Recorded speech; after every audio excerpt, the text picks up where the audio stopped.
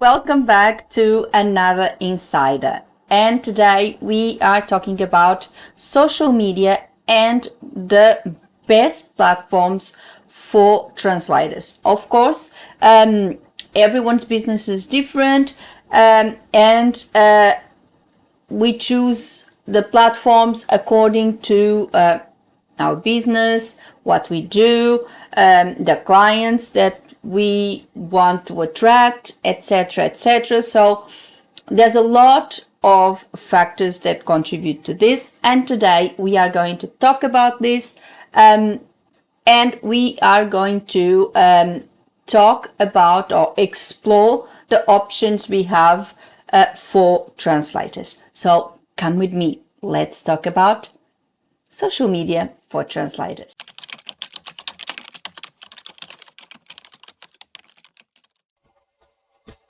So, in today's world, I would say that the best social media platforms is where your clients are.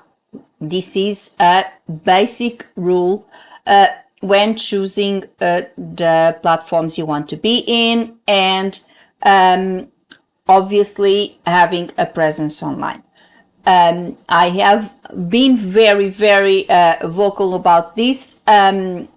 This does not take away from a website, and you know how important I think it is to have a website for your business, but the social media presence is a complement of that website, where you have that extra exposure to your possible clients, and therefore you need to choose wisely which platforms you are in, so you can obviously get that maximum exposure and of course your the results that you are aiming for. So I would say that the best social media platform is the one your clients are. So you need to do that market research. The whole purpose of having a presence on social media is to be noticed by possible clients. We know that. So it's essential to be in the same place and platforms those clients are. I think this is pretty simple to understand, right? That will maximize your exposure and help to market your business as well. So you have maximum exposure to those ideal clients. So you have to do your ideal client profile, and then this will help cater for that ideal client. And of course, if you already have that maximum exposure to your ideal clients, that is helping you marketing your business. So one thing complements the other, obviously. So it's important that you have this combination of factors. You must have a very well structured marketing plan, producing the right content for the platform you choose to be on, and catering for the clients you want to attract. This is important. The content that you create needs to be appropriate for the platforms you choose, and needs to be appropriate for the clients you want to attract. So, or for the audience you want to attract. So your specialization is a pivotal factor in this. Remember, do not create content about translation if you want to attract clients. Content about translation will only attract colleagues, only attract linguists that are obviously interested in knowing about whatever you have to say about that topic. So that is very important. Your specialization is the other important component of this puzzle, because it is what dictates the type of content that you will produce, one, the platform that you are in, second, and the client you are catering for, third. So one that is intimately linked to your clients as well. So your specialization obviously is intimately linked to your clients, that they are the ones who are working in those fields that you obviously want to work with. Certain fields may attract some platforms more than others. If your main source of income and specialization is based in the corporate world, like legal or financial or even medical, maybe you'll be more successful in platforms where those businesses are. If you are on a more creative field like marketing, tourism, etc., maybe other more casual platforms would be suitable. It all depends on that ideal client profile. If you know where they are, you know where you should be. That's the rule of thumb here. Then we have Facebook. Should we or should we not be there? Well, it depends on your audience, really, which means the clients you want to attract. I still use Facebook, not for its quality, but because one of my sources of income is certified translation. I do document translation mostly for clients that are applying different types of visas or different types of documents with the Portuguese government through the Portuguese consulate in Sydney. And of course, those are private clients and sometimes tend to be in a much older generation, and those are Facebook users. Most of these clients are Facebook users. Of course, I get a lot of clients that are on LinkedIn. I get a lot of clients, obviously, that are corporate clients, and they do not go and have a presence on Facebook. But I have chosen to have a presence on Facebook because there is a lot of my clients that have a presence there, and mainly because of the document translation, the certified translation for all sorts of applications with the Portuguese government, and that is the reason why I have it there. Otherwise, I'm going to be very honest, I would not have a presence on Facebook. I think Facebook these days is not the best platform at all. It's very toxic.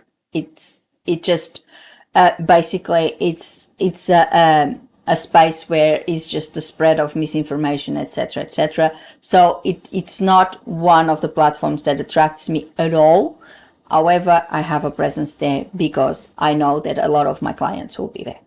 So this is the type of decision that you have to make in order to know where you want to be.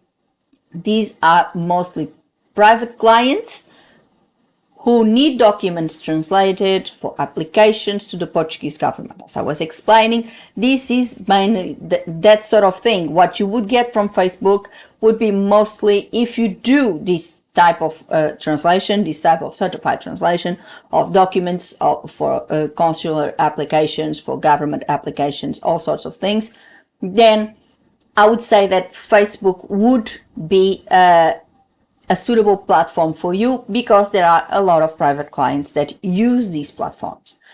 However, if you just want to attract corporate clients, if you have a more specific niche, such as, medical, legal, something like that, I would say that maybe you will get away with not having a presence on Facebook at all.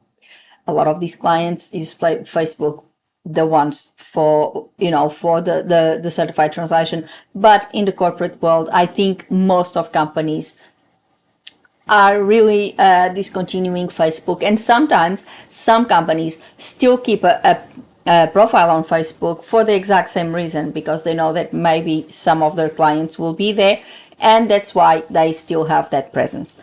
However, it really I would say that it is really, really up to you, having that assessment, that market research, knowing where your clients are, what type of client you want to attract, and make that decision. I think that is the most important part, the most important piece of this puzzle, the one that sticks everything together.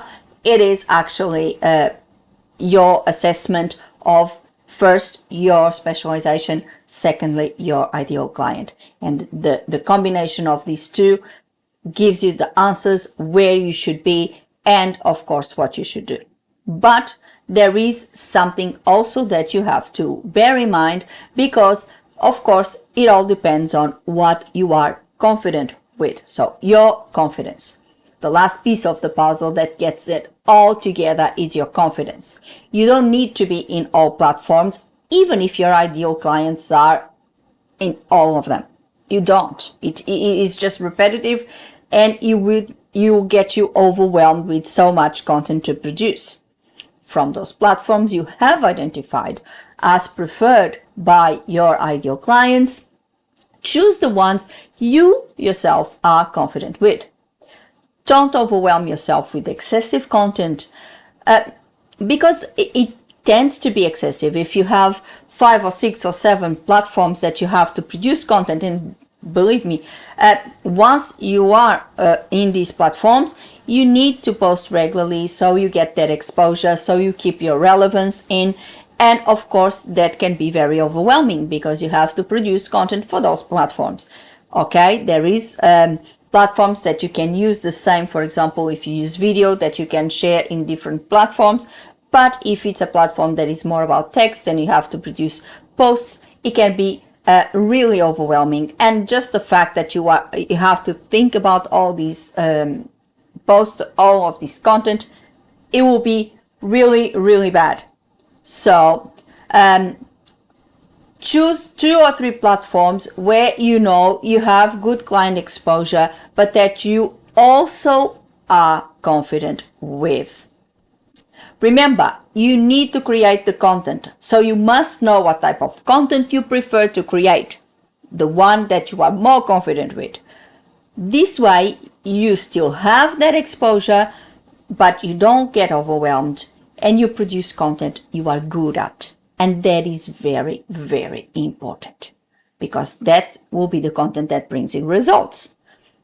If you are not confident in video, for example, in videos like the ones I produce, having a YouTube channel obviously is not going to bring you results because if it's very cumbersome for you to produce video content, if you are really not confident about getting in front of a camera and speaking to an audience through a camera, of course, it's not going to give you the results you want. So you need to get that level of confidence and produce something that you are confident with and you know it's going to be good because you are good at. This is also part of my mentoring program and my course. You can enroll through my school, Updated Words Learning at System.io. So I'll leave the link below. You can enroll in the course if you want, just enroll for the course, or you can take advantage of the 12-month mentoring program where you have the course plus our weekly meetings where you can discuss your progress, ask questions, etc.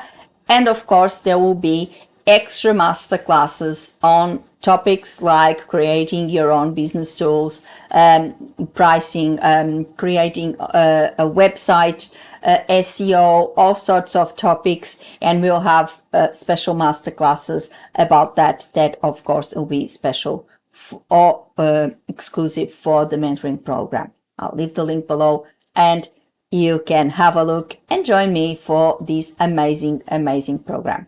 So this was part of it, and that's part of it. Marketing is very important. I know it's something like sometimes we don't like, but it is a very important part of our profession and it is a very important part of our business.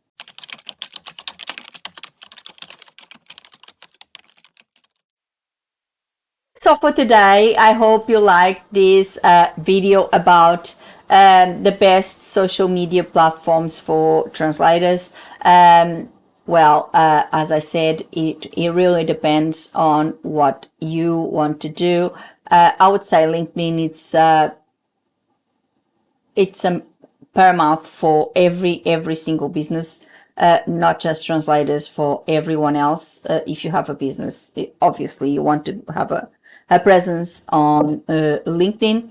Then the other ones, it really depends on what you want to do, what you are comfortable with, etc., etc. So it really, it's up solely up to you.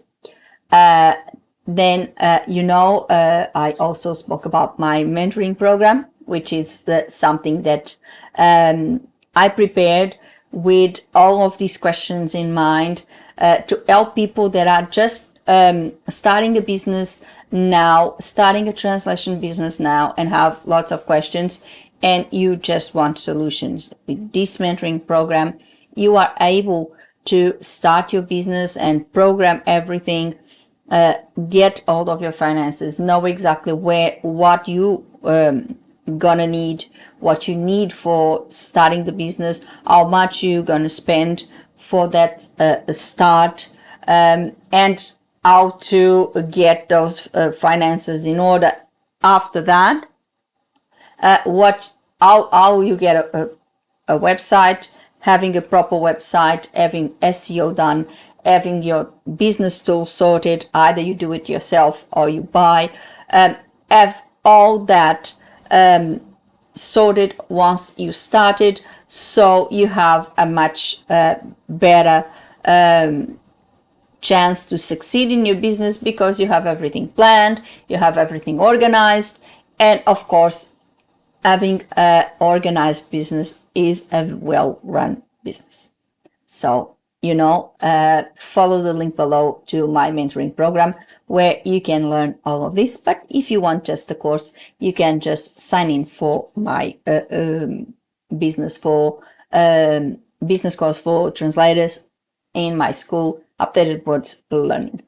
Now, if you have any suggestion of any other topic that you would like me to talk about in these insiders, please leave me a comment below. Or if you have any comment about today's video, maybe you are using a certain platform, social media platform, and you're not really happy with it, or maybe you have discovered that a certain platform is really giving you the results you need.